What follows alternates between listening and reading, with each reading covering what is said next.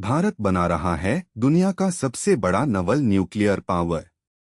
SSN से nuclear aircraft carrier तक India का मास्टर प्लान। दोस्तों, अगर मैं आपसे कहूं कि भारत सिर्फ न्यूक्लियर पनडुब्बियां ही नहीं बना रहा बल्कि एक ऐसा न्यूक्लियर रिएक्टर इकोसिस्टम तैयार कर रहा है जो भविष्य में भारत को nuclear aircraft carrier, advance warship और अगली पीढ़ी की समुद्री ताकत देने वाला है, तो क्या आप विश्वास करेंगे?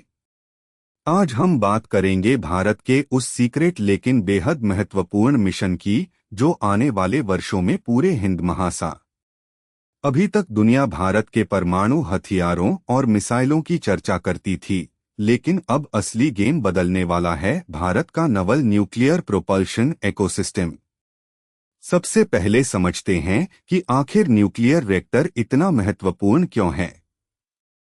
डीजल इलेक्ट्रिक पनडुब्बियों को समय समय पर सतह पर आकर बैटरी चार्ज करनी पड़ती है, लेकिन न्यूक्लियर पावर्ड सबमरीन महीनों तक समुद्र के अंदर रह सकती है। उसकी स्पीड ज्यादा होती है, ऑपरेशन लंबा चलता है और दुश्मन के लिए उसे ढूंढना बेहद मुश्किल हो जाता है। यही वजह है कि अमेरिका, रूस, चीन, भारत ने इस दिशा में वर्षों पहले शुरुआत की थी। एडवांस्ड टेक्नोलॉजी व्हीकल यानी एटीवी प्रोग्राम के तहत इंस अरिहंत जैसी बैलिस्टिक मिसाइल सबमरीन विकसित की गई। इसके बाद अरिघात और अब नई पीढ़ी की पनडुब्बियों के साथ भारत लगातार अपनी क्षमता बढ़ा रहा है। यह केवल एक सबमरीन प्रोजेक्ट नहीं बल्कि पूरे औद्योगिक और वैज्ञानिक नेटवर्क की सफलता है।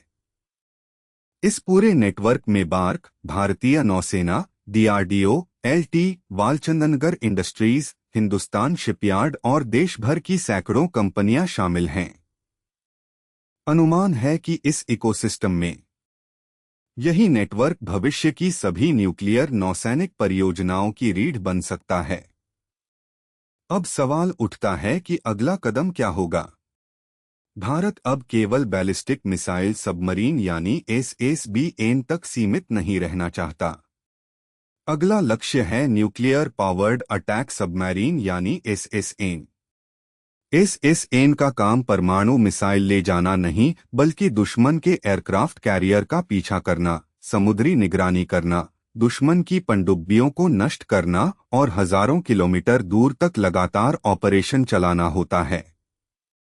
इन्हें किसी भी ब्लू वाटर नेवी की सबसे ताकतवर संपत्ति मान। भारत की सरकार पहले ही एसएसएन प्रोग्राम को मंजूरी दे चुकी है और आने वाले वर्षों में स्वदेशी न्यूक्लियर अटैक सबमरीन भारतीय नौसेना की ताकत बढ़ाएंगी। लेकिन कहानी यहीं खत्म नहीं होती। सबसे बड़ा सवाल है, क्या यही रिएक्टर तकनीक भविष्य में भारत के पहले न्यूक्लियर एयरक्राफ्ट कैरियर का रास्ता तैयार कर रही है। न्यूक्लियर एयरक्राफ्ट कैरियर का सबसे बड़ा फायदा है कि उसे बार बार ईंधन भरने की जरूरत नहीं होती। वह वर्षों तक ऑपरेशन कर सकता है, ज्यादा गति बनाए रखता है और बड़े पैमाने पर fighter jet, drone, laser system और भविष्य फिलहाल अमेरिका और फ्रांस जैसे चुनिंदा देशों के पास ही ऐसी क्षमता है।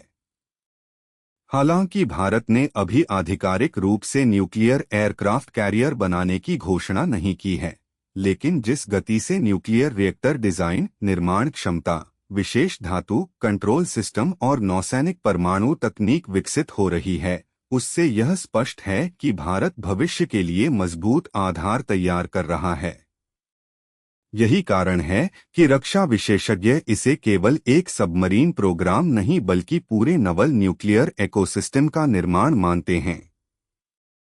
इसके साथ साथ भारत समुद्री बेस, लॉजिस्टिक्स, विशेष निर्माण सुविधाएं, हाई सिक्योरिटी इंफ्रास्ट्रक्चर और न्यूक्लियर सपोर्ट सिस्टम को भी लगातार मजबूत कर रहा है।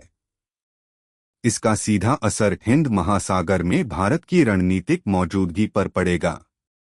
चीन तेजी से अपनी नौसैनिक शक्ति बढ़ा रहा है और हिंद महासागर में उसकी गतिविधियां लगातार बढ़ रही हैं। ऐसे समय में भारत के लिए न्यूक्लियर पावर्ड बेड़ा केवल सैन्य शक्ति नहीं बल्कि राष्ट्रीय सुरक्षा, समुद्री व्यापार मार्गों की रक्षा और रणनीतिक संतुलन बनाए रखने का सबसे बड़ा साधन बन सकता है। दोस्तों, आने वाले 10 से 15 वर्षों में भारत की नौसेना केवल जहाजों की संख्या से नहीं, बल्कि अपनी न्यूक्लियर तकनीक, स्वदेशी निर्माण क्षमता और लंबी दूरी की समुद्री शक्ति के कारण दुनिया की सबसे प्रभावशाली नौसेनाओं में शामिल हो सकती है। अब सबसे बड़ा सवाल आपसे, क्या आपको लगता है कि भारत को अपना पहला न्यूक्लियर एयरक्राफ्ट कैरियर भी बनाना चाहिए? अपनी राय कमेंट में जरूर बताइए। अगर आपको भारतीय रक्षा, डीआरडीओ, इसरो, भारतीय नौसेना और भविष्य की सैन्य तकनीकों से जुड़ी ऐसी ही रिसर्च आधारित वीडियो पसंद आती हैं,